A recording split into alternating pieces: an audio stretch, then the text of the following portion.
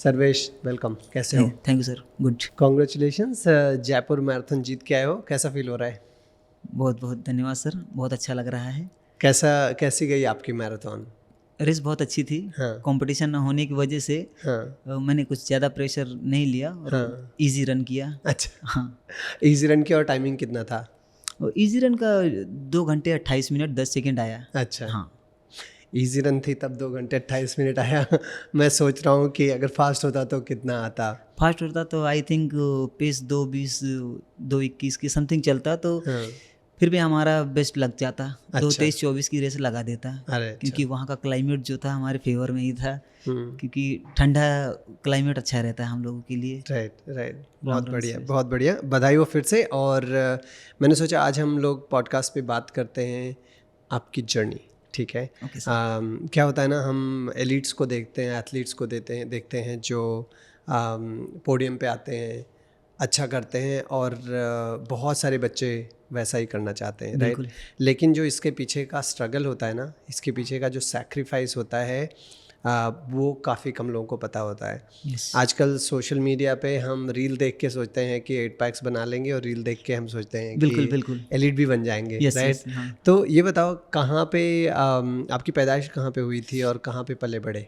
Sir मैं रायबरेली ज़िले के छोटे से गांव झकरासी से हाँ। बिलोंग करता हूँ, जो उत्तर प्रदेश से है। हाँ। और हम वहीं पले बड़े हैं, हमारी पढ़ाई भी वहीं से हुई है। ओके और स्पोर्ट्स जो हमने शुरुआत की वो भी वहीं से शुरू की। ओके। एंड परिवार में कितने लोग हैं? सर मैं 5 भाई हैं हमको मिला के। अच्छा। और एक छोटी बहन है। ओके। मम्मी है और पापा हमारे 3 साल पहले गुजर गए हैं। अच्छा, जी सर। कौन से नंबर पे हो आप? मैं सर सबसे छोटा हूँ। सबसे छोटे? हाँ, अच्छा। मुझसे छोटी मेरी बहन है एक। और सारे भाई घर पे ही हैं कि जी जी। कहीं और है?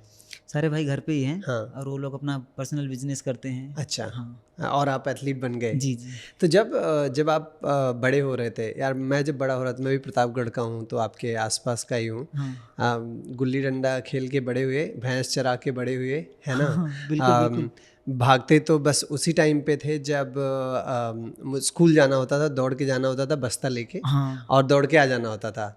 या फिर कहीं अगर आम वाम तोड़ने को मिल जाता तब हाँ भागते थे। हाँ, बिल्कुल। तभी मैं भागता था। आपने कब दौड़ना शुरू किया? वैसे तो सर जैसे गांव में खेलते हैं तो हम हाँ। लोग को पहले हमारे गांव में ये खेल होते थे, चोर पुलिस का खेल हाँ। होता था। तो स्टार्टिंग तो बेसिक वहीं से हुई है। हाँ। कि हम लोग जैसे शाम को अपना सरकारी स्कूल में पढ़ाई करते थे तो 4 बजे छुट्टी होती थी, तो हम लोग सीधे पहले स्कूल में भी जो मौका मिलता था उसमें भी खेलते थे। हाँ। घर आने के बाद भी जब बैग रखे घर पे, इधर उधर जो भी हुआ फेंक के सीधे पहले पहुंचते थे खेलने के लिए। Ice price. हाँ, और ये लुका छिपी भी खेलते थे। हाँ। और ज़्यादा पसंद तो यही था कि थोड़ा शरीर में एनर्जी रहती थी, तो हाँ। भागने वाला गेम ज़्यादा बेस्ट लगता था कि चोर पुलिस खेलेंगे। हम्म। तो शुरुआत वहीं से हुई बेसिक। और फिर अच्छा। खेत थे तो खेत में हम लोग जाते थे। हाँ। तो जो भी जानवर या जंगली जानवर आते उनको भगाने में मज़ा आता था, तो उनके पीछे भी भागने में मज़ा आता था जंगल में। हाँ। तो धीरे धीरे शुरुआत वहीं से हुई। हाँ। और फिर प्रोफेशनली तो काफ़ी टाइम बाद स्टार्ट हुआ। तो कितनी, तुम्हें याद होगा कि कितना एज रही होगी जब आप प्रॉपर्ली दौड़ना शुरू किया? मेरे साथ क्या था कि मैं तो बहुत लेट तक मैं दौड़ना नहीं शुरू किया था, और जब मैं एक्चुअली क्लास 12th में गया तब मैंने दौड़ना शुरू किया अच्छे से। आपने कब शुरू किया? मैंने भी सर 12वीं के बाद ही स्टार्ट किया एक्चुअली। अच्छा। हाँ, सही तरीके से मैंने जो है 2013 में रनिंग स्टार्ट की है। अच्छा। जी। और 12वीं कब पास हुए? सर मैं 2012 में ही पास 2012 हुआ। में। जी। Okay okay. तो उसके बाद कब लगा तुम्हें कि हाँ, रनिंग से ना कुछ अलग होता है, और मतलब उसकी जो फीलिंग आती है वो अलग होती है? मेरे साथ तो क्या था, पहले यार मैं दौड़ता था तो घर में बड़ी प्रॉब्लम होती थी कि इतना मत दौड़ो, तुम ज़्यादा दौड़ोगे ज़्यादा खाओगे। और ये प्रॉब्लम ज़्यादा होती थी ना कि हाँ यार, अभी खाने के लिए इतना तो कुछ है नहीं। चावल होता था, ज़्यादा से ज़्यादा माड़ होता था, और थोड़ा सा उसमें नमक डाल लिया, खा लिया, या दाल मिल गई तो बहुत अच्छी बात है। और फिर ये लगता था आप इतना दौड़ोगे तो और खाओगे। आपके साथ कैसा था? इतना स्पोर्ट्स का नॉलेज तो था नहीं किसी को कि भागने से क्या होता है क्या नहीं होता। उस टाइम क्या होता है कि हमारे अंदर जब बच्चे होते हैं तो नेचुरल पावर होती है। करेक्ट। तो नेचुरल पावर की वजह से भी हम लोग भागते हैं, और फिर जब बड़े लेवल पे पहुंचते धीरे धीरे इसकी जानकारी होती कि ये खाएंगे तो और हमारे शरीर में जान आएगी और अच्छा भागेंगे। तो धीरे धीरे ऐसे ही प्रैक्टिस करते थे। तो जो मिल गया वो खा लिए।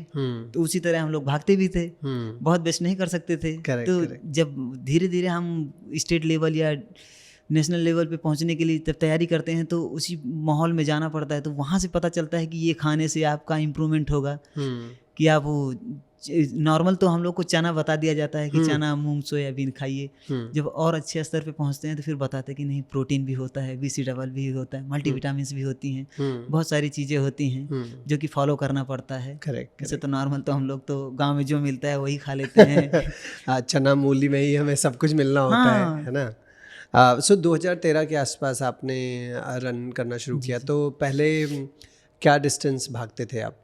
सर पहले से ही मुझे लंबा रनिंग करने में मज़ा आता था। अच्छा। शरीर के अंदर एंडोरेंस आई थिंक नेचुरल ही है, बोल नहीं सकते, बट भागने में मज़ा आती थी। तो थोड़ा भागने में मज़ा कम आती थी। जैसे हम बच्चे भर्ती के लिए भागते हैं तो 1600 मीटर की दूरी तय करते हैं, तो हमारी तो हाइट भी नहीं थी, और उस टाइम शायद हमको ये पता चला था कि ये आप 50% प्लस लेके आएंगे हर चीज़ में, तो मैथ्स में तो साइंस साइड में रहेंगे तब जाके उसमें आप अप्लाई कर सकते। तो उतना हमारे पास क्राइटेरिया क्रॉस करने का जो बैलेंस था वो हमारे पास नहीं था। तो उसकी वजह से हम उसमें फिर इंटरेस्ट भी नहीं लिए और हम इसमें ही अपना रनिंग के पर्पज़ में लगे रहे। 5 किलोमीटर 10 किलोमीटर भागने में मज़ा आती थी। जब तक आधे घंटे एक घंटे रनिंग नहीं करते थे तब तक सुकून नहीं मिलता है, वैसा रहता था। तो पहली बार रेस कब किया, याद है? हाँ, पहली बार रेस आई थिंक से गांव में ही करते थे। जैसे कहीं रेस हुई गांव में तो वहाँ चले जाते थे भागने के लिए। कभी स्टेडियम में रन हुई कोई अवेयरनेस को लेके, जैसे कोई ये अपना मतदान दिवस में आ गया या 15 अगस्त को हो गई, ऐसे कोई कैंपेन चलती थी तो उसमें भागने में मिल जाता था। तो धीरे धीरे शुरुआत हुई वहीं से। अच्छा, और याद है आपको कि मतलब कौन सा कंपटीशन था जहाँ पे आपको अवार्ड, ट्रॉफी या पैसे मिले हों, और जब उसके बाद लगा कि यार मुझे ये फुल टाइम करना चाहिए? हाँ, ये मैं 2016 में जब मुंबई आया तो उसके बाद हमने जब यहाँ पे तैयारी चालू की तो पहली बार IDBI की मैराथन हुई थी, ये अपने VKC में ही। तो यहाँ मैं भागा था, तो मुझे यहाँ पे एज कैटेगरी में, तभी हमको पता नहीं था एज कैटेगरी क्या होती है और ये रेस में कैसे जीतते हैं, मैराथन क्या होती है, पहली बार भागा था। तो मैं तभी 34 मिनट कुछ में भागा था और 10 किलोमीटर की रेस थी। अच्छा। तो हमको इस कैटेगरी में प्राइज मिला था, तो मुझे बड़ी खुशी मिली थी। अरे वाह। कि हाँ, इस मतलब मुझे फोटो आया मेरा, तो फोटो भी मिला मुझे सोशल मीडिया पे, और सचिन को मैंने देखा था यहाँ पे पहली बार, तो बड़ी खुशी मिली थी। तो उस टाइम से मुझे थोड़ा सा इंटरेस्ट और आया कि मैं और अच्छे लेवल पे करूँगा और तैयारी करूँगा। अभी तो हम कुछ है नहीं, पहली बार भागे थे, तो यहाँ से थोड़ा सा प्रोत्साहन मिला और थोड़ा प्रोफेशनली करना स्टार्ट किए। अच्छा, तो बॉम्बे कैसे आए 2016 में? एक्चुअली क्या था सर कि मैं तैयारी करता था और तैयारी करने के साथ साथ हमारा सपोर्ट कहीं से था नहीं। करेक्ट। तो जब हम तैयारी करते थे वहाँ पे गांव में, तो 5 किलोमीटर 10 किलोमीटर से जब हम तैयारी करते थे तो हमारा क्या होता था कि डिस्ट्रिक्ट में तो खेल लेते थे, स्टेट में जाते थे तो स्टेट में हमारे पास ना स्पाइक शूज़, ना वो जूते होते थे, ना इतना हमको जानकारी थी, क्योंकि हम गाँव में करते थे। और माहौल आपको जब मिलेगा इस तरह का तो आपको पता चलेगा स्पोर्ट्स क्या है, उसमें क्या इक्विपमेंट्स लगते हैं, क्या होता है। हम लोग क्या करते हैं, अपनी ताकत से सिर्फ भागते हैं। करेक्ट। ना कोई सजेस्ट करने वाला होता है, ना कोई कोच होता है। तो उसकी वजह से भी हम लोग को वहाँ जब पहुँचते हैं स्टेट लेवल पे तो वहाँ पे कोई प्लेस नहीं लगती है, क्योंकि उसमें अच्छी टाइमिंग होती नहीं है, और जब टाइमिंग अच्छी नहीं होती तो आपका प्लेस लगना नहीं है। तो जब प्लेस नहीं लगता है तो फिर थोड़ा सा नेगेटिव थॉट्स आते हैं कि हम इतनी मेहनत करते हैं और कोई नंबर ही नहीं आया तो फिर भाग के मतलब क्या हुआ। तो फिर ऐसे ही होता था कि मन नहीं होता था, थोड़ा सा टूट जाते थे। अच्छा, तो ये था पॉइंट कि मुंबई आप क्यों आए? मुंबई इस वजह से आया कि जब यही सब चीज़ें होती थी कि प्लेस नहीं लगा तो फिर धीरे धीरे नेगेटिव थॉट्स आते थे। उसके बाद फिर ये होता था कि चलो बड़ी रेस करेंगे, शायद उसमें कुछ लग जाए। ये 5-10 किलोमीटर ट्रैक इवेंट में तो अपना नहीं है, तो बड़ी रेस की तैयारी के चक्कर में हमने जो है 40 किलोमीटर 42 किलोमीटर की तैयारी चालू की तो हमारे लिगामेंट फ्रैक्चर हो गए। अच्छा। हमारे दोनों काप्स फ्रैक्चर हो गए, तो हमने रेस बंद कर दी। अच्छा। 1 साल हमने कुछ किया नहीं। घर पे क्या था कि घर इतना अच्छा था नहीं, जो भाई लोग हैं वो भी छोटा बिजनेस है, तो फैमिली भी संभालने में पिताजी अकेले काम करने वाले, तो दुकान थी, तो उसी वजह से हमने सोचा कि चलो अब कुछ हो ही नहीं पाएगा करियर में, तो फिर छोड़ छाड़ के मुंबई चलते हैं, काम करेंगे, पैसे आएंगे, घर को सपोर्ट कर देंगे और जो हो सकेगा अपने लिए करेंगे। तो यही सब था। अच्छा, तो जब 2016 में आए तो कहाँ रहे, क्या था, क्या जॉब किया, कुछ किया, कैसे किया? हाँ, मेरा भाई था जो तीसरे नंबर वाला, वो यहाँ मुंबई में था, तो एक कंपनी में वो सेल्समैन थे। तो उन्होंने ही बोला था कि यहाँ पे जगह है, तो आप अगर गांव में वैसे ही कुछ नहीं कर रहे हैं तो यहाँ आ जाइए, काम करिए। तो हम यहाँ कंपनी में रहते थे, काम करते थे। उस टाइम हम यहाँ पे मुंबई में ऐसा होता है कि उसको स्टार्टिंग में जब कोई भी काम करता है तो ये क्या बोलते हैं अपना लेबर जैसे होता है स्टार्टिंग में, फ्रेशर, तो वैसे काम करते थे। तो इसमें क्या था कि हमको 8,000 रुपये महीने मिलते थे। अच्छा। तो हम कंपनी में ही रहते थे। हाँ। और अभी क्या खेल का कीड़ा था। हाँ। खिलाड़ी तो पहले से ही थे। करेक्ट। तो धीरे धीरे बर्दाश्त नहीं होता था, तो सुबह निकलते थे यहाँ पे, कहीं लोगों को देखते थे कि दौड़ रहे कि हाँ जॉगिंग करते थे और ये अपना गार्डन में एक्सरसाइज वगैरह करते थे। हाँ। तो हमको भी थोड़ा थोड़ा इंटरेस्ट हुआ कि नहीं, हमको करना चाहिए, अभी तो हम ठीक हैं, अगर यही करने लगेंगे तो फिर आगे चल के हम कुछ कर भी नहीं पाएंगे। तो वहाँ से धीरे धीरे हम बाहर निकलना चालू किए और गार्डन में जाके तैयारी करते थे। रोड पे भी निकलते थे, गोरेगांव की रोड पे, तभी इतना हमको नॉलेज नहीं था। तो जहाँ तक हमको जानकारी थी वहाँ तक हम भागते थे। अच्छा। हाँ, जो गार्डन मिल जाता था तो गार्डन में भी हम थोड़ा थोड़ा कर लेते थे और अपना स्कीपिंग रोप भी करते थे। अच्छा। और जो वहाँ पे जिम के थोड़े वो लगे रहते थे इक्विपमेंट्स वगैरह, उन पे अपनी एक्सरसाइज करते थे। अच्छा। फिर कुछ दिन बाद हमने मतलब ये सुना था कि यहाँ पे एक ग्राउंड है साई का। हाँ। हमारे यहाँ के 1-2 बच्चे यहाँ साई में सेलेक्ट हुए थे। तो उस टाइम हमको पता चला था कि यहाँ कांदीवली में है कहीं। तो हमने मोबाइल पे सर्च करके एक दिन विजिट किया। अच्छा। तो एक दिन गया तो मुझे नहीं मिला। हाँ। तभी हम गूगल मैप भी इतना नहीं चला पाते थे, तो पूछे साई, तो किसी को इतना साई का पता नहीं था। क्योंकि जो साई है वो टाइम्स ऑफ इंडिया के अंदर है। टाइम्स ऑफ इंडिया तो इतना जानकारी नहीं था। फिर एक दिन और हमने विजिट किया। 15 दिन बाद फिर से। तो हम सुबह गए। हम कहा अगर होगा तो कोई ना कोई स्पोर्ट्स वाला आदमी इधर से जाएगा तो पता चलेगा। तो हम स्टेशन पे बैठे थे, तो वहाँ से जब सुबह में बच्चे गुजरे तो हम भी उनके पीछे लग लिए कि कहाँ जा रहे हैं। हाँ, तो कहाँ जा रहे हैं। तो हम फिर उतर के उनके साथ में गए तो पता चला कि वहाँ पे साईं है। अच्छा। तो अंदर गए तो लोगों से जानकारी ले रहे थे कि कैसे यहाँ पे भाग सकते हैं, कैसे पार्ट ले सकते हैं, एंट्री कैसे मिलेगी। तो वहाँ पे फिर बारिश का टाइम था, हमने बारिश के टाइम पे वहाँ पे एंट्री की। तो उस टाइम ज़्यादा बच्चे आते नहीं थे, सुबह टाइम पे बहुत कम आते थे। अच्छा। तो उसी वजह से हमको भी जानकारी नहीं मिल पाती थी कब भागते हैं, वहाँ का शेड्यूल नहीं मालूम था कितने बजे करते थे। फिर मैं जिस टाइम हमको छुट्टी मिलती थी उस टाइम हम वहाँ पे जाके सुबह अपना प्रैक्टिस करके जल्दी से निकल आते थे। अच्छा। कभी 5 बजे कभी 6 बजे पहुँचते थे और कंपनी का टाइम था 10 बजे ड्यूटी, तो जल्दी से वापस आ जाते थे प्रैक्टिस करके जैसे तैसे मिलती थी। तो इसी तरह धीरे धीरे यहाँ पे अपना तैयारी चालू की। बेहतरीन। तो क्या आप कंपनी में काम कर रहे थे उस टाइम? सर हम लेबर थे। हाँ। जैसे कंपनी में हेल्पर का काम होता है कि कभी कपड़े की कंपनी में थे तो यहाँ पे गारमेंट्स जो बनते थे, मैन्युफैक्चरिंग का काम था। तो अच्छा। कभी दादर में से लेके जाना है माल। अच्छा। कभी गोरेगांव, जोगेश्वरी, इसी तरह हमको माल लेके जाना है, या माल आया है तो उसको उठा के लाना है। तो कपड़े में कभी कटिंग करना है, धागा निकलता था, वो सब बटन लगाना, काज वगैरह, ये सब सारे काम जो भी होते थे। हाँ। अच्छा। तो ये सब करते थे। अच्छा, वेरी गुड। और अभी तक आपने मतलब 2016-17 में बता रहे हो जब आप साई में गए, तब तक कोई ऐसा आपने प्रॉपर ट्रेनिंग नहीं शुरू की थी, करेक्ट? हाँ, 16 तक तो कोई प्रॉपर ट्रेनिंग नहीं चालू की थी, कोई कोच नहीं मिला था। फिर जब हम साई में चालू किए तो वहाँ पे बताया आपसे कि हमारे अंदर शायद से नेचुरल इंटरेंस है, तो मैं कंटिन्यू वहाँ पे रनिंग करता था। तो वहाँ पे धीरे धीरे वहाँ के बच्चे ऑब्जर्व किए मुझे और हमसे फिर मतलब पूछना चालू किए कि क्या करते हो, क्या हो आप। तो फिर मैं उनसे बात किया, फिर बोला कि हमको भी करना है, अगर आप लोग अपने साथ रखेंगे या कोच के अंडर में कर पाएंगे तो हम बेहतर कर जाएंगे। तो फिर वहाँ पे एक हमारे यहाँ निर्मल कुमार शाही सर थे जो साई के कोच थे। अच्छा। तो हमने उनसे बात किया तो वो अपने साथ ट्रेनिंग के लिए हमको रखा।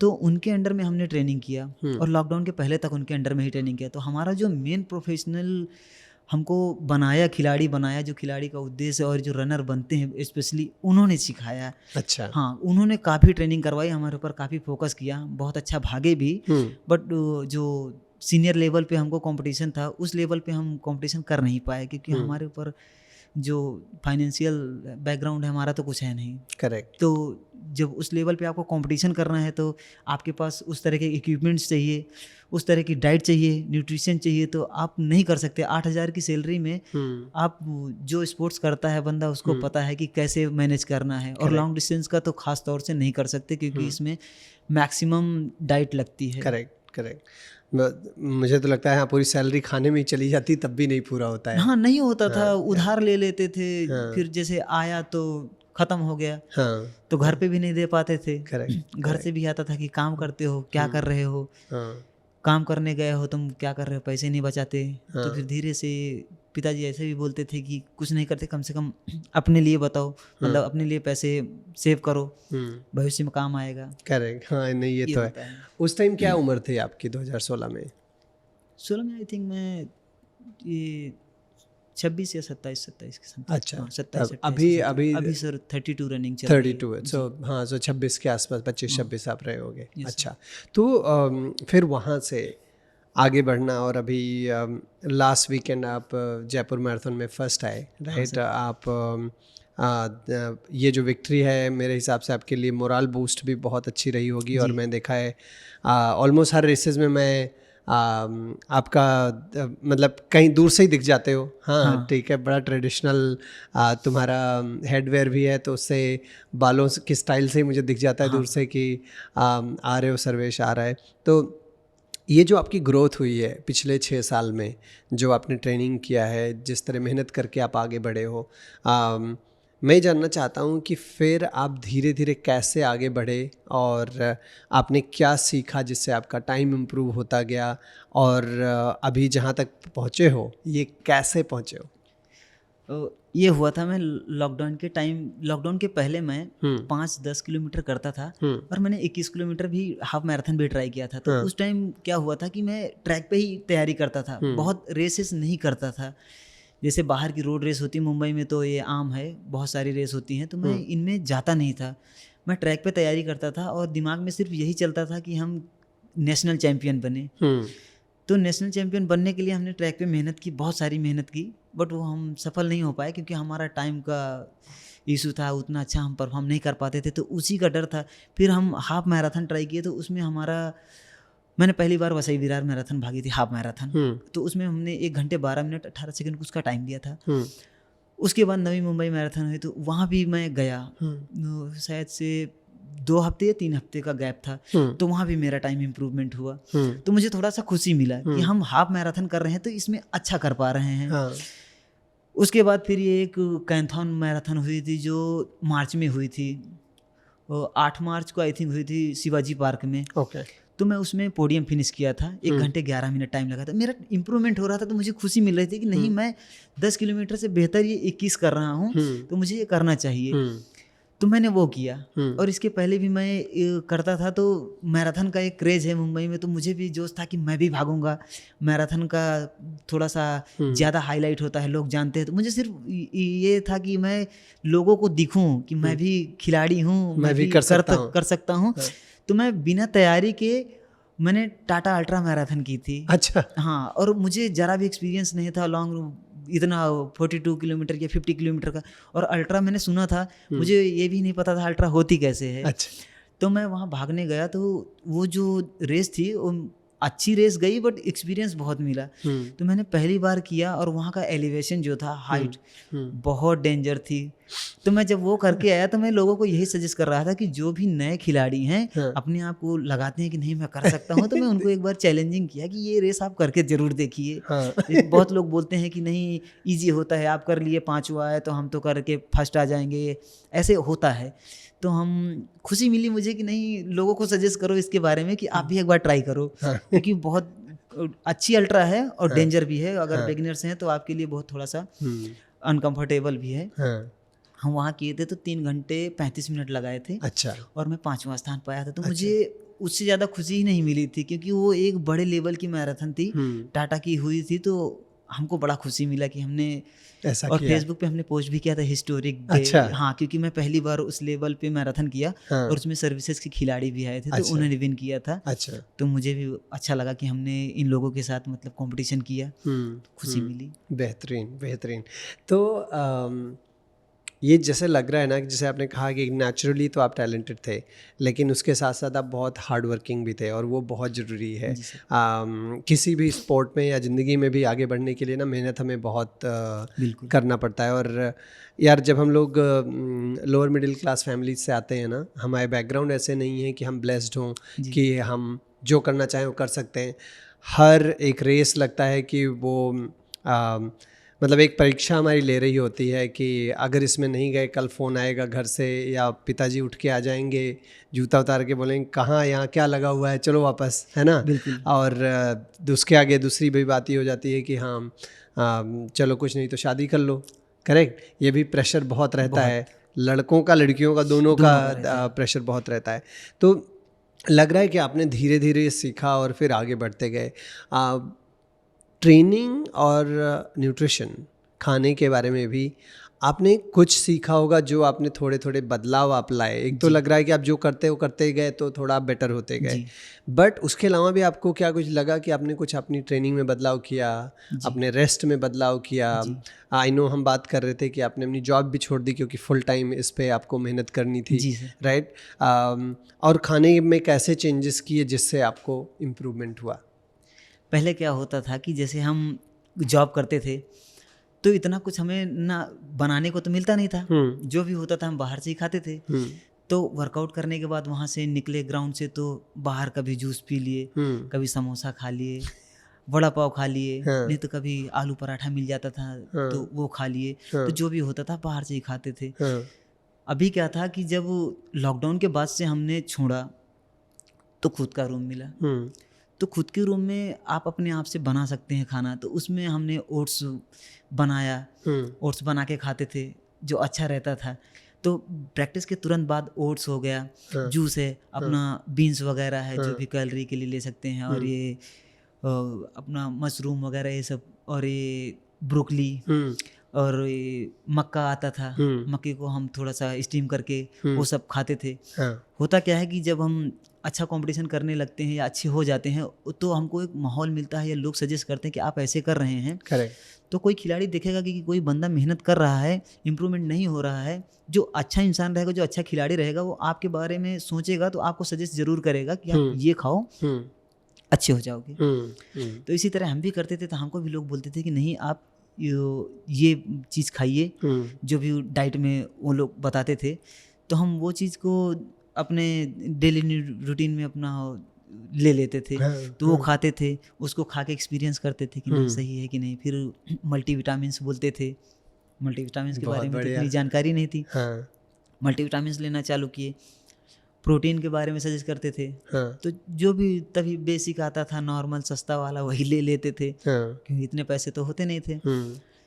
अब क्या होता है कि अब तो करते करते नॉलेज हो गई है, लोगों से मिलते हैं, कंपटीशन करने जाते हैं बाहर तो एक दूसरे खिलाड़ी से पूछ भी लेते हैं, जो बड़े खिलाड़ी होते हैं, सीनियर खिलाड़ी, उनसे सीखने भी मिलता है। क्यों क्या कर रहे हैं, कोशिश करते हैं कि उनसे पूछें कि आप खाते क्या हैं, आपकी ट्रेनिंग शेड्यूल क्या है। तो इसी तरह धीरे धीरे हम लोगों से कांटेक्ट करते गए और खिलाड़ियों से बात भी करते हैं। जैसे कोई भी कंपटीशन में जाते हैं तो उनके कोच आते हैं या खिलाड़ी आते हैं तो उनसे जानकारी लेना चाहते हैं कि आपका शेड्यूल या आपकी जो डाइट वगैरह है उसके बारे में पूछते हैं।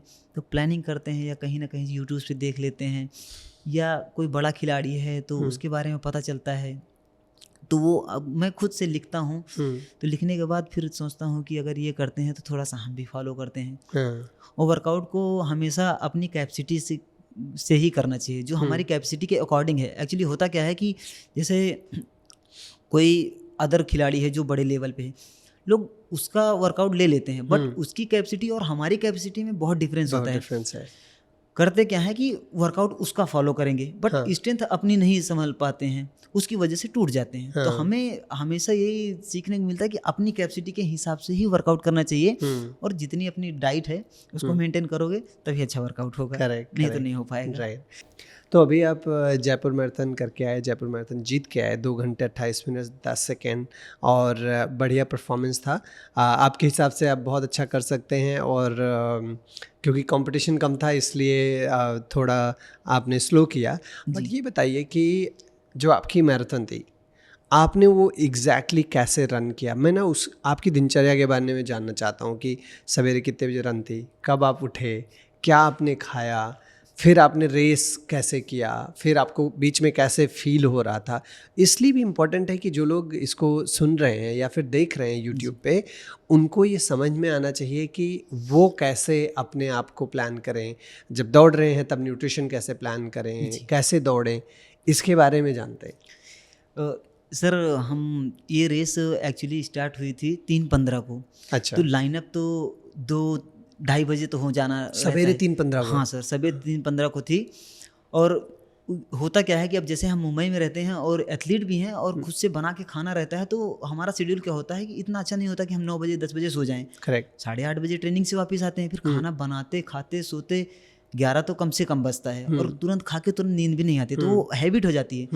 तो वो हैबिट का भी थोड़ा इफेक्ट पड़ता है। अगर सवेरे 3:15 पे रेस आपकी छूट रही है और आप एक दिन पहले सोते हो और उठना 1 बजे है, क्योंकि आप 1 बजे नहीं उठेंगे, फ्रेश नहीं होंगे, आपको जहाँ से रेस होनी है वहाँ पहुँचना है, आपका होटल स्टे कहीं और है, रेडी होके अच्छे से फ्रेश होके आपको ब्रेकफास्ट भी करना है, क्योंकि अर्ली मॉर्निंग की रेस है।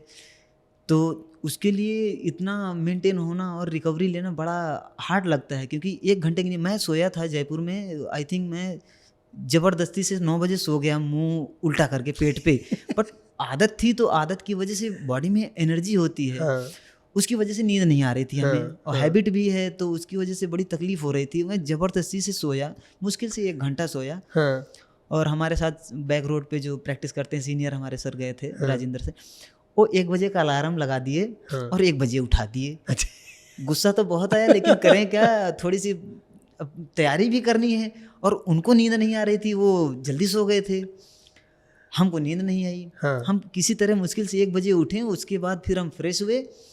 फ्रेश होने के बाद फिर गए, थोड़ा सा अपना पीनट बटर और ब्रेड लिए थे, वो खाए, 1 केला खाया और थोड़ा सा पानी पी के फिर हम निकल गए रेस के लिए। और वहाँ का क्लाइमेट इतना ठंडा था कि पानी पीने का मन नहीं कर रहा था, मुंह अलग से सूख रहा था। वार्म अप किया, वार्म अप करने का बहुत ज़्यादा टाइम नहीं मिला, 15 मिनट में वार्म अप करके रेडी हुए। रेडी होके, रेडी होना अच्छे से बॉडी वार्म नहीं होती हो, फिर इस तरह का क्लाइमेट है, डर भी लगता है कि बॉडी चलेगी कि नहीं चलेगी, क्योंकि मुंबई के क्लाइमेट में और अदर अभी जो सीजन चल रहा है नॉर्थ का, थोड़ा सा प्रॉब्लम करता है, चढ़ जाता है। तो फिर तुरंत किट में होके वहाँ लाइन पे पहुँचना, लाइन पे खड़े होना, बहुत डर सा लगता है कि बॉडी चलेगी कि नहीं चलेगी। और मैराथन में क्या होता है कि मैराथन रनिंग में कोई भी खिलाड़ी हो, अच्छा हो या बुरा हो, या थोड़ा कम लेवल पे जो ट्रेनिंग किया हुआ है या 3 घंटे में भागता हो, पेट पकड़ लेता है। ये होता है, कभी कभी एसिडिटी की वजह से भी होता है, कभी कभी पानी की कमी की वजह से भी होता है, तो हो जाता, उसका भी डर रहता है। 3:15 पे जब फ्लैग ऑफ हुआ, हम रेस के लिए निकले, तो हमारे कंपटीशन में एक केन्याई एथलीट था, बाकी कोई कंपटीशन में दिख भी नहीं रहा था। तो हम कहे कि चलो रेस स्टार्ट होती है फिर देख लेंगे। अब वो 10-11 मैराथन तो कर चुके हैं, तो थोड़ा सा एक्सपीरियंस भी है कि हाँ कौन रेस लेके चलेगा, कौन कहाँ तक चलेगा, थोड़ा सा पढ़ लेते हैं, ऑब्जर्व करते हैं। तो हम रेस को स्टार्ट किए, तो हम पीछे चलना चालू किए। हमने कहा कि जो भी रहेगा आगे चलेगा, उसको पता हो जाएगा, 3-4 किलोमीटर में हम पढ़ लेंगे कि कितनी की पेस से चलने वाला बंदा है। स्टार्ट हुई रेस, तो मैं पीछे चल रहा था, तो वहाँ पे 3:35 3:40 की पेस चल रही थी, जो जरा भी सूट नहीं हो रही थी, देखें तो हमारी ट्रेनिंग के हिसाब से। तो हमने कहा अगर इतनी स्लो रेस चल रही है तो क्यों ना हम लेके चलें थोड़ा सा, क्योंकि ये इतना अच्छा नहीं रेस चल रहा है। तो मैं स्टार्ट किया 3:20 3:25 से रेस को स्टार्ट किया। जब 3:25 से स्टार्ट किया तो बाकी खिलाड़ी जो थे 1-2 किलोमीटर तक कोशिश किए, फिर उनके बीच में थोड़ा सा गैप होने लगा, और जो केन्याई एथलीट था वो हमको पकड़ के चल रहा था। तो जब वो हमको पकड़ के चल रहा था, तो हम 10 या 11 किलोमीटर वो मेरे साथ में गया, तो हमने कहा कि अगर ये मेरे साथ चल रहा है तो अच्छा खिलाड़ी है, तो मैं क्यों ना इसको पकड़ के चलूँ। मैं पीछे आया, तो मैं उसको सजेस्ट किया हाथ से कि चलो पेस लेके आप चलो। तो वो क्या किया कि आगे आया, बट फिर से उसकी पेस स्लो हो गई। तो मैंने कहा ये मुझे ही पकड़ के चल रहा है कि खुद की पेस मेंटेन नहीं हो पा रही है। तो मैं क्या किया कि 11 किलोमीटर के बाद हमने अपनी पेस को थोड़ा सा और बढ़ाया। अच्छा। तो मैं 3:20 के अंदर पेस चालू किया। जब 3:20 के अंदर पेस चालू किया तो वो उसके बीच में गैप होने लगा। अच्छा। तो मैं वही 3:20 3:18 के बीच में पेस लेके चल रहा, 3:17 3:18 3:20 के पेस में लेके चल रहा था पेस। तो वो पेस में 5 किलोमीटर तक लेके गया। जब 5 किलोमीटर लेके गया तो 250-300 मीटर के अप्रॉक्स लीड बन गई थी, क्योंकि हमको पीछे दिख नहीं रहा था। जब हमने एक लेफ्ट टर्न आता है, जब आप हिल क्रॉस करके 11 किलोमीटर से यू टर्न आते हैं, तो फिर 4-5 किलोमीटर बाद एक लेफ्ट टर्न आता है। तो लेफ्ट टर्न के बाद जब हमने वहाँ से मूव किया तब दूसरे रास्ते से जब यू टर्न करके आ रहा था तब वो हमको दिखा, तो हमें पता चला कि इतना गैप है। अच्छा। तो हमने कहा जब इतना गैप हो गया है हाँ। तो अगर इसी को हम मेंटेन करके चलेंगे तो थोड़ी देर बाद ये और गैप हो जाएगा। तो हमने पेस बहुत ज़्यादा नहीं किया, 3:22-25 के बीच में मेंटेन किया। तो वो पहले हाफ में हमने एक 11 कुछ की रेस की, फिर जब लीड बन गई तो हम पेस को थोड़ा स्लो किए। जब कंपटीशन में कोई है नहीं तो हम रेस को क्यों पिक करें, ईजी चल रहे थे। ईजी चलने के बाद ये हुआ कि उसके बीच में हमारे बीच में फिनिशिंग तक में 10 मिनट का डिफरेंस आ गया। अच्छा। हाँ। तो जब कोई कंपटीशन में नहीं था तो हमने 3:35 3:30 का पेस ईजी कंप्लीट किया। और वेदर बहुत ठंडा था। हाँ। तो ठंडे की वजह से भी ज़्यादा फास्ट करना भी थोड़ा सा मुश्किल था, क्योंकि अकेले कंपटीशन नहीं है और फिर फास्ट करोगे तो फिर थोड़ा सा प्रॉब्लम ऐसे माइंड में आता है। तो हमने पेस को रिलैक्स करके आराम से चले और रेस 2 घंटे 28 मिनट 10 सेकंड में हमने फिनिश किया। बहुत बढ़िया। और जब आप दौड़ रहे थे, रास्ते में आपने अपना फ्यूलिंग के लिए और हाइड्रेशन के लिए क्या लिया? जेल लिया, क्या लिया? हाँ, तो अभी तो जब से हमको ब्रूक्स स्पॉन्सर हुआ है, कार्तिक सर ने काफ़ी सपोर्ट किया है। तो वो हमको जेल देना चालू किया। उसके पहले हमको मतलब जेल के बारे में इतनी नॉलेज नहीं थी कि जेल लेते हैं या रास्ते में कुछ खाते भी हैं। बेसिक हम पानी लेते थे या कभी एनर्जी ड्रिंक या एनर्जाल मिल जाता था तो वो पीते थे। तो जेल के बारे में काफ़ी खिलाड़ी के बारे में सुना कि लेते हैं, तो हमने भी उनसे सजेस्ट किया तो उन्होंने हमें जेल दिया। तो फिर मैं अभी जेल जब भी यूज़ करता हूँ रेस में तो 20 किलोमीटर के बाद यूज़ करता हूँ। तो 20 किलोमीटर मेरा नॉर्मल चलता है। 20 किलोमीटर तक मैं कुछ नहीं लेता हूँ पानी के सिवा। 20 किलोमीटर के बाद मैं हर 5 या 6 किलोमीटर पे जेल लेता हूँ। तो मैं इसमें 3 जेल यूज किया था नॉर्मल, बहुत अधिक आवश्यकता नहीं लगी, 3 जेल यूज किया था। बाकी 2 किलोमीटर 3 किलोमीटर पे पानी मिल जाता है तो थोड़ा सा बॉडी पे भी डाल लेते हैं थोड़ा रिलैक्स चलने के लिए। और 1-2 सिप लगा भी लेते हैं। अच्छा। 1-2 सिप लगाते हैं बस नॉर्मल, कि मुंह ना सूखे, हमारा स्मूथी ब्रीथिंग होते रहे इसके लिए। अच्छा जी। और आपने रेस में आने के पहले आपने खाली एक बनाना खाया था? हाँ। सवेरे कॉफ़ी या कुछ नहीं, वो मिला नहीं था एक्चुअली। अच्छा। इतनी अर्ली मॉर्निंग में वहाँ ना शॉप ओपन हुई थी ना होटल में, हम किसी को डिस्टर्ब करना चाहते थे। हमने कहा अभी क्या पता किसी को जगाएंगे तो वो टाइम ले ले। हाँ। लेट हो जाए हमको, इससे बेटर है कि पीनट ले लिए थे एक दिन पहले, पीनट बटर खा के। हाँ। और ब्रेड में लगा के एक चले गए थे और केला खाया था। अच्छा। और कुछ नहीं। अच्छा, तो पीनट बटर भी था तो बढ़िया था कि हाँ थोड़ा हो गया था। अच्छा, थोड़ा सा अच्छा प्रॉफिट मिलता है। बेहतरीन। और आपने भी बात की आपको सपोर्ट के बारे में कि अभी आपको अच्छा सपोर्ट मिल रहा है। कैसा मतलब आपको क्या लगता है कैसे उससे मदद मिली है आपको ट्रेन करने में? शूज़, जेल्स, कपड़े वगैरह, ओवरऑल ट्रेनिंग में कैसे अभी तक आपकी हेल्प हुई है कोविड टाइम से लेकर अभी तक? और आपको क्या लगता है उससे आपके जैसे एथलीट्स को मदद मिली है? हाँ, आई थिंक जैसे जो भी हमारे स्पॉन्सर हैं या कंपनीज हैं जो अच्छे हैं, वो आई थिंक उनके अंदर नेचुरल पावर होगी या वो गेस करते होंगे या पढ़ते होंगे कि खिलाड़ियों को पढ़ना ज़रूरी है। हाँ। जैसे यहाँ क्या है कि सोशल मीडिया के थ्रू तो काफ़ी सारा फेम मिल जाता है, सपोर्ट मिल जाता है, बट ओरिजिनलिटी यही है कि उनको डाउन टू अर्थ देखना चाहिए कि वो कितने ट्रेनिंग कर रहे हैं, कहाँ से बिलोंग कर रहे हैं, क्या कर रहे हैं। हम लोग क्या होता है कि रेस में जैसे करते हैं तो रेस में पता चल जाता है कि बच्चे का कंपटीशन लेवल ये था, जीता या नहीं जीता, तो लोग थोड़ा सा बोलते हैं कि ट्रेनिंग करते हो जीते नहीं हो, बट उसके सपोर्ट में देखना चाहिए कि उसको प्रॉब्लम कहाँ है, क्या है, क्योंकि करना बहुत बच्चे चाहते हैं अच्छा, लेकिन उनको उतना सपोर्ट मिलता नहीं है। हमने भी लॉकडाउन के बाद हमको थोड़ा सा एज का भी हमको प्रॉब्लम था। हमने सोचा कि सीनियर्स में 10-5 किलोमीटर में तो कुछ होना है नहीं, लग नहीं पा रहा था, तो हमने मैराथन ट्राई किया। तो जब लॉकडाउन के बाद मैराथन चालू किया हमने, तो ये कोविड के बाद आई थिंक सब बंद था, तो हम गांव गए थे। गांव में हमने लॉकडाउन के बाद से 4000-5000 किलोमीटर का माइलेज किया था हमने। बहुत तैयारी की थी, मैं एक भी दिन रुका नहीं, संडे को भी भागता था। तो वही प्रॉफिट हुआ हमारा। और मैं 1 साल के अंदर ही अपने आप को मतलब मेंटेन किया। मैं पहली मैराथन भागा था, और पहली मैराथन भागा था आपला पुणे में भागा था। तो वहाँ पे हम कोविड की वजह से वहाँ पे पायलट का गाइड कोई नहीं था, तो हम मिस रूट हो गए थे। अच्छा। हाँ, तो हम डाइवर्ट हो गए। हमको एक्चुअली क्या था कि जैसे अब खिलाड़ी कोई कहीं दूसरी जगह से आया है, तो उसको मैप का इतना नॉलेज नहीं होता ना। मैप से तो मैप तो देख लेता है, बट जब रास्ते में चलता है तो उसको नहीं पता चलता ना कि ये रूट कहाँ गया है। करेक्ट। तो जो वॉलंटियर्स थे हमने उनसे सजेस्ट किया कि हमें जाना कहाँ है। तो अब उनको कुछ हुआ होगा या क्या, कैसे मिसगाइड किए या कुछ भी किया, तो हमें जिस टाइप को डायरेक्शन दिया मैं उस साइड निकल गया। अच्छा। मैं रेस को फिनिश किया, मैं घड़ी देखा तो उसमें 28 किलोमीटर दिखा रहा था। अरे तो मैं बोला कि इतनी जल्दी 28 किलोमीटर इतने कम टाइम में मैं कैसे फिनिश कर दिया, वो भी मुझे डाउट था। और हमारे आगे एक लड़का चल रहा था, निहाल है जो हमारा दोस्त है अभी, वो आगे चल रहा था 300 मीटर। तो हम पुणे में कर रहे थे, तो पुणे में थोड़ा पुणे में एलिवेशन भी है, एलिवेशन की वजह से वो हमसे 300 मीटर आगे थे, तो वो टर्न कर लिए, तो हमको पता नहीं चला। तो हमें क्या लगा कि एलिवेशन के उस पार होंगे, तो दिखा नहीं।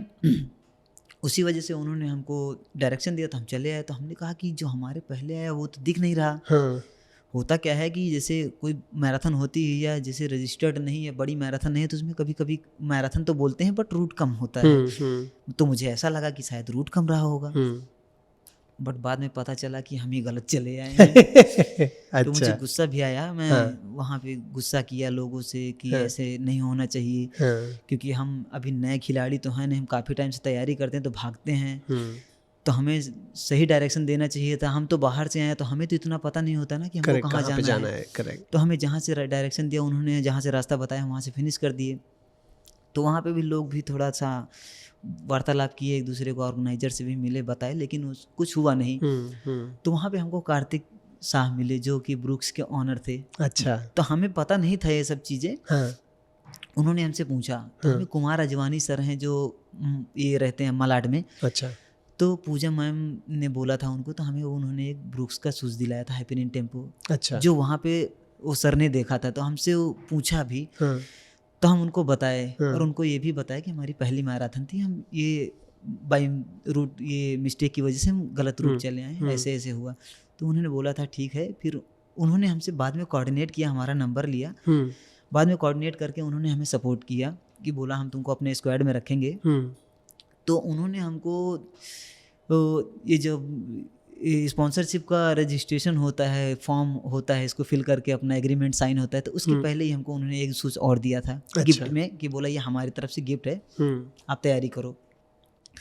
फिर जनवरी में, लास्ट जनवरी को, पिछले साल ही उन्होंने मुझे अपने कंपनी में लिया, जो ब्रुक्स ग्रुप है, ब्रुक्स फैमिली में। तो तब से लेके अभी तक हम लगभग ये बोल सकते हैं कि हमको इतना सपोर्ट आज तक किसी ने किया नहीं है, क्योंकि हमें जो बेसिक ज़्यादा ज़रूरतें होती हैं, हमारा न्यूट्रिशन, हमारे अपैरल्स, क्योंकि लॉन्ग रनिंग हो या शॉर्ट रनिंग हो, उसमें जूते बहुत मायने रखते हैं। तो शूज़ क्या होते हैं, जितना आप बेस्ट शूज़ पहनेंगे उतना आप बेस्ट करेंगे, क्योंकि हम लोग इतना फाइनेंशियली मजबूत हैं नहीं कि हम इतने महंगे कॉस्टली शूज़ ले सकें। तो उन्होंने जब हमको शूज़ का सपोर्ट दिया, तो हमारे पास ट्रेनिंग के लिए अपना इंटरवल ट्रेनिंग के लिए अलग शूज, स्पीड ट्रेनिंग के लिए, लॉन्ग ट्रेनिंग के लिए अलग, हिल ट्रेनिंग के लिए अलग। तो हमें 4-5 टाइप के जूते मिले, तो हमारी ट्रेनिंग अच्छी हुई और हमारी जो बॉडी थी, एक ही जूते में हम लोग गुजारा करते थे। करेक्ट। तो उससे काफ़ी बेनिफिट्स मिला, क्योंकि इक्विपमेंट्स अच्छे रहेंगे, जूते अच्छे रहेंगे, तो हम भी इंजरी फ्री रहेंगे। और ये न्यूट्रिशन भी जैसे बताया, तो हमने उनसे सजेस्ट किया कि सर अभी हम इतना फाइनेंशियली अच्छा नहीं हैं, थोड़ा सा अगर आप कर देंगे सपोर्ट तो हम बेहतर हो जाएंगे। तो उन्होंने जितना हो सका उनसे, उन्होंने अपनी सिलेक्शन स्पोर्ट्स कंपनी से हमें न्यूट्रिशन का भी सपोर्ट दिया। अच्छा। जेल्स का भी सपोर्ट दिया, काफ़ी अच्छा प्रॉफिट मिला। अरे वाह। और अभी देखो उनके प्रॉफिट की वजह से हम 1 साल के अंदर ही हमने 2:26 की रेस लगाई। बहुत बढ़िया। जो आप कह रहे हो ना सर्वेश कि अगर जब हमें सबसे ज़्यादा ज़रूरत होती है ना, और जब अगला कोई हमारे सामने आता है जो हमारी मदद करना चाहता है, जो हमारे पास ऑलमोस्ट कुछ नहीं होता और हम कुछ नहीं होते हैं, या फिर हम और जो बहुत सीनियर्स होते हैं अगर हम उनसे नीचे होते हैं और तब भी हमें कोई देख के मदद करता है ना, तो वो बहुत मीनिंगफुल होता है। एंड आई थिंक वही आपके केस में कार्तिक और पूरी टीम ने किया, और मैंने पर्सनली भी देखा है कि वो कितनी लोगों की मदद करते हैं।